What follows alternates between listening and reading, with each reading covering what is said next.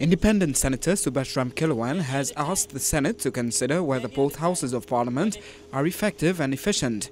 He questioned whether the legislative agenda is achieved at the end of each parliamentary term and whether processes are abused.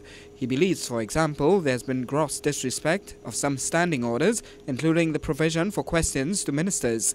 Many are the times when a question, if properly answered on time, in a timely way, would have added value to the Parliament.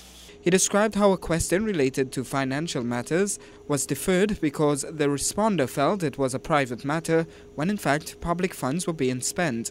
But even as he was speaking, his time ran out, the acting president of the Senate failing to alert the senator 15 minutes after his regular time had ended. Your 60 minutes, well 59 minutes would have been up according to your standing order 41. So I'm going to give you 1 minute to wrap up, ending your contribution thus far.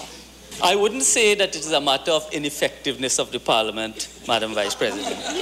And the Public Utilities Minister responded for the government, telling the senator he was knocking on an open door, that the government too wants a more efficient Parliament. A critical tool of Parliament's kit, which will allow it to carry out its oversight function, is the mechanism of questions to ministers. And Madam Vice President, I must say that the recent history in this Parliament on that score is severely tainted. Meanwhile, the opposition's Penelope Beckles agreed the issue of questions to ministers was proving a problem. She gave suggestions.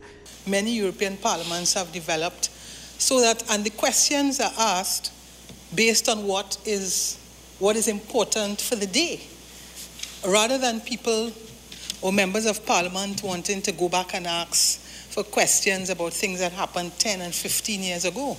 Debate on the motion was not yet concluded when the Senate adjourned.